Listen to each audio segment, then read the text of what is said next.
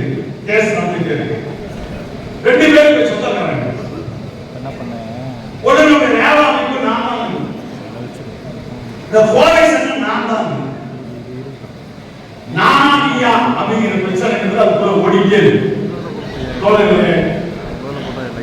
என்ன நடக்குது? நம்முடைய பென்ஷன் ட்ரஸ்டில் அகவைப்படி கொடுப்பது சம்பந்தமான விதி இருக்கு. அந்த விதியை திருத்த வேண்டும் என்று இருக்கும் போது அந்த விதியில ஒரு மாற்றம் செய்யணும். ஒவ்வொரு முறையும் அரசை கேட்கக்கூடாது, ட்ரஸ்டே மாத்திக்கணும், அப்படி ஒரு திருத்தத்தை கொண்டு வர வேண்டும் என்று வழக்கு விதி திருத்தம் கேட்டு வழக்கு போடுறாங்க. பரிசீலிக்க சொல்லி கோர்ட் உத்தரவு கொடுக்குது. திரும்ப அரசாங்கம் என்ன சொல்லுங்க, பரிசீலிச்சோம், விதியை திருத்த வேண்டியது சொல்லிட்டாங்க. வழக்கு முடியும் போது அதை இருந்து அந்த கண்டெம்ட் வழக்கை எடுத்து மறுபடியும் 2019 வழக்கு, அது ஒரு 40 வாய்னா ஓடி கடைசியில 2022 ஒரு நல்ல மனிதாபிமான ஜட்ஜு அவர் என்ன சொல்றாருன்னா, விதிகள் இருக்குல்ல கொடுத்துருங்க அப்படின்னு கொடுத்துட்டு போறாரு. பின்னாடி ஒரு ஜட்ஜா நிர்வாகம் அதை எடுத்து எல்பியை போறாங்க, எல்பியை வழக்கு போறாங்க.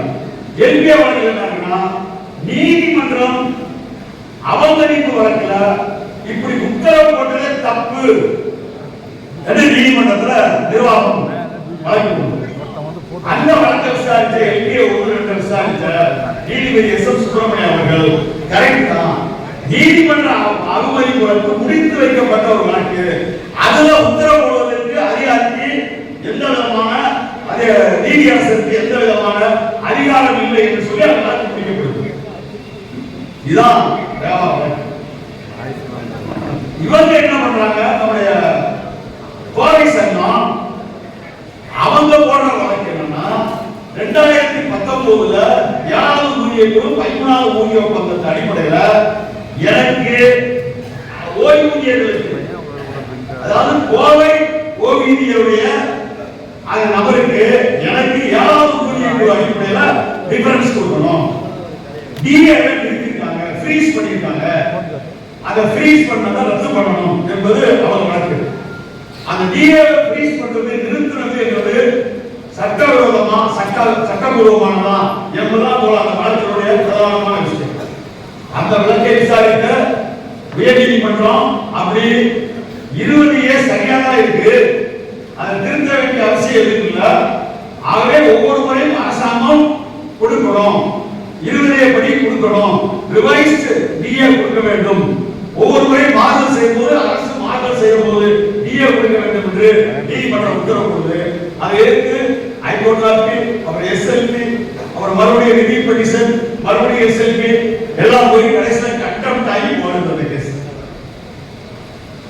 21ஆம் தேதி அந்த வழக்கு விசாரணைக்கு வருகிறது. அதுக்கிடையில ஒரு 30 கோடி, முதல் 15 கோடி, அவங்க 30 கோடி, 30 கோடி போடும்போது அரசாங்கம் ஒரு அப்டேட் போடுது நீதிமன்றத்தில். அதான் முக்கியமானது. என்ன அப்டேட் போடுறாங்க தெரியுங்களா? ஏற்கனவே பணம் இல்ல, பணம் இல்ல, இப்ப இந்த பட்ஜெட்ல போக்குவரத்து கழகங்களுக்கு வயபிள் கேப் ஃபண்ட், அதாவது வரவுக்கும் செலவுக்குமான வித்தியாசத்தை ஒரு 2000 கோடி ரூபாயை இந்த பட்ஜெட்ல அரசாங்கம் கொடுத்திருக்கு. அதே போல எம்டிசிக்கு ஒரு 646 கோடி கொடுத்திருக்கு. இந்த பணம் கிடைத்ததுனால நாங்க இப்போதைக்கு ஒரு 45 கோடி ரூபாய், மாதத்துக்கு 45 கோடி என்ற அடிப்படையில் ஒரு 540 கோடியை இந்த ஆண்டுக்கு எங்களால் ஒதுக்க முடியும் என்று அவ்வளவு போட்டதை ஒட்டிதான் இந்த 30 கோடி கிடைச்சி இப்படியே அந்த 30 194 என்ற இடத்துக்கு வந்து சேர்ந்திருக்கு.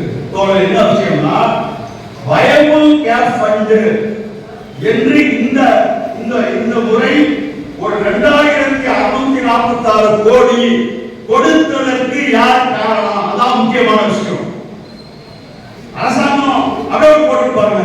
12 ஆண்டுகளுக்கு முன்பாக சிஐடி எழுப்பிய கோரிக்கை, வரவுக்கும் செலவுக்குமான வித்தியாசத்தை அரசு கொடுக்க வேண்டும் என்று சிஐடி எழுப்பிய கோரிக்கை 12 ஆண்டுகள் கழித்து